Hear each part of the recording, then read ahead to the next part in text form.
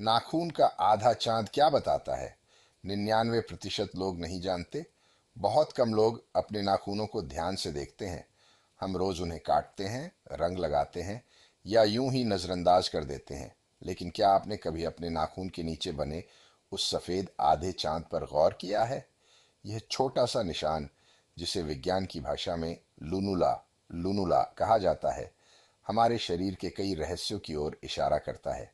आज की इस कहानी में हम जानेंगे कि यह आधा चांद क्या बताता है, क्यों कभी दिखाई देता है और कभी गायब हो जाता है, और कैसे यह हमारे स्वास्थ्य का आईना बन सकता है।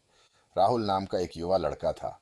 वह हमेशा अपने काम में व्यस्त रहता, मोबाइल और लैपटॉप में खोया रहता। एक दिन उसकी दादी ने उसके हाथ पकड़कर कहा, बेटा, अपने नाखून देखो। राहुल हंस पड़ा। दादी, नाखून में क्या रखा है? दादी मुस्कुराई और बोली, बहुत कुछ। इंसान का शरीर खुद बोलता है, बस सुनने वाला चाहिए। राहुल ने ध्यान से देखा। उसके अंगूठे के नाखून पर सफेद आधा चांद साफ दिख रहा था, लेकिन बाकी उंगलियों पर वह बहुत हल्का था। उसे जिज्ञासा हुई।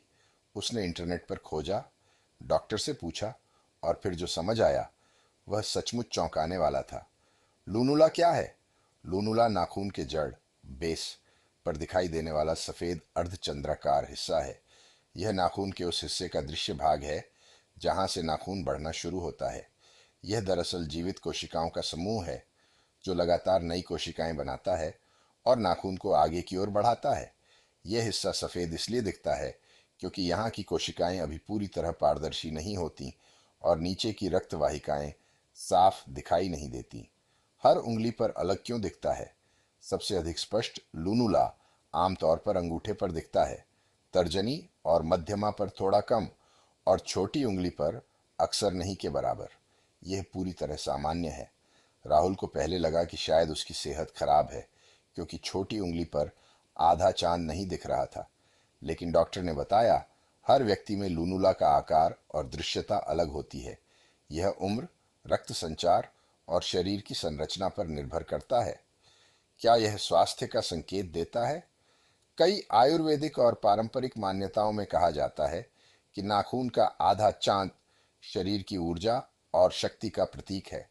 आधुनिक विज्ञान इसे सीधे सीधे रोगों का संकेतक नहीं मानता, लेकिन कुछ स्थितियों में यह संकेत दे सकता है।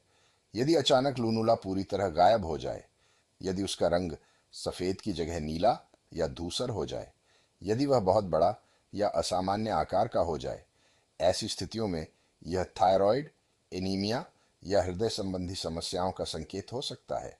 लेकिन केवल लूनुला देखकर बीमारी तय नहीं की जाती। यह केवल एक छोटा संकेत हो सकता है। जब आधा चांद गायब हो जाता है, एक समय ऐसा आया जब राहुल ने देखा कि उसके कुछ नाखूनों पर लूनुला लगभग गायब हो चुका है। वह घबरा गया, लेकिन डॉक्टर ने उससे पूछा, क्या तुम ठीक से खाना खा रहे हो? नींद पूरी ले रहे हो? राहुल चुप हो गया। पिछले कई महीनों से वह देर रात तक जाग रहा था, जंक फूड खा रहा था और तनाव में जी रहा था। डॉक्टर ने समझाया, कभी कभी शरीर की थकान और पोषण की कमी नाखूनों की बनावट को प्रभावित कर सकती है। राहुल ने अपनी दिनचर्या बदली। संतुलित आहार, हरी सब्जियां, दालें, फल और भरपूर पानी। धीरे धीरे उसके नाखून फिर से स्वस्थ दिखने लगे। आयुर्वेद की दृष्टि, आयुर्वेद में नाखूनों को अस्थि धातु का उपधातु माना गया है, यानी यह हमारी हड्डियों और पोषण की स्थिति का प्रतिबिंब है। यदि नाखून फीके, भंगुर या बिना लूनुला के हों, तो यह शरीर में पोषण की कमी का संकेत माना जाता है। हालांकि यह मान्यताएं पारंपरिक हैं, फिर भी संतुलित जीवन शैली अपनाना हमेशा लाभकारी होता है। 99% लोग क्यों नहीं जानते? क्योंकि हम अपने शरीर के छोटे छोटे संकेतों को नज़रअंदाज कर देते हैं। हम बड़े लक्षणों का इंतजार करते हैं, बुखार, दर्द, कमजोरी, लेकिन शरीर पहले ही छोटी छोटी चेतावनियां देता रहता है। नाखून का आधा चांद भी उन्हीं में से एक है। ये हमें याद दिलाता है कि हमारा शरीर जीवित है, बदल रहा है, और हमारी जीवन शैली का असर हर हिस्से पर पड़ता है। क्या करें? संतुलित आहार लें।